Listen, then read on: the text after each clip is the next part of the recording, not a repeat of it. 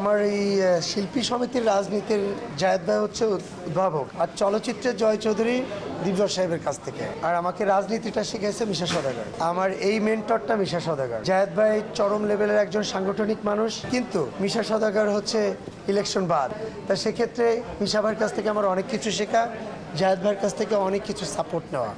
এইখান থেকে আজকে জয় চৌধুরী, শিল্পী সমিতি জয় চৌধুরী এখান থেকে, আর চলচ্চিত্রের জয় চৌধুরী দিবজর সাহেবের কাছ থেকে। তো তার হাত ধরেই আজকে আমি এখানে এসেছি, এই পর্যন্ত আছি মনে হচ্ছেন দিবজলের হাতে। হ্যাঁ, সবার কাছ থেকে আমার দোয়া নেওয়া হয়েছে। আমি আমার ইলেকশনের ফর্ম যখন কিনতে যাই, নমিনেশন ফর্ম কেনার আগেও দোয়া নিয়েছি।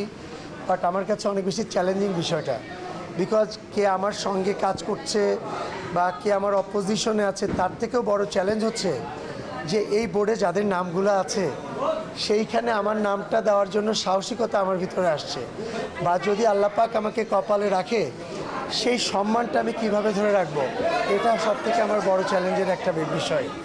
তারপরেও আমার মেম্বাররা চাচ্ছে, সিনিয়ররা চাচ্ছেন যে এই জায়গাটাতে আপাতত জয় চৌধুরী পারফেক্ট।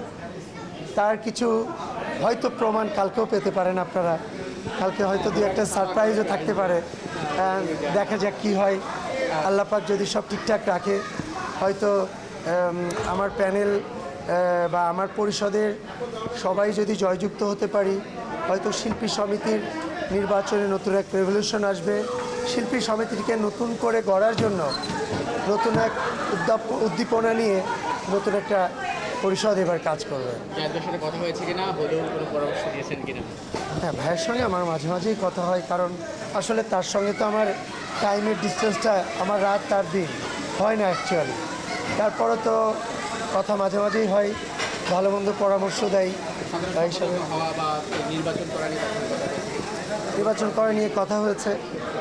সে বলেছেন যে আমার পরিপূর্ণ ভালোবাসা আছে, দোয়া আছে, যদিও আমি বাংলাদেশে নাই, চাইলেও আমি অনেকভাবে অনেক সহযোগিতা করতে পারবো না, বাট আমার জন্য আমার তরফ থেকে দোয়া থাকবে। দেশে দেশে সবার সাথে দ্য নিউজ।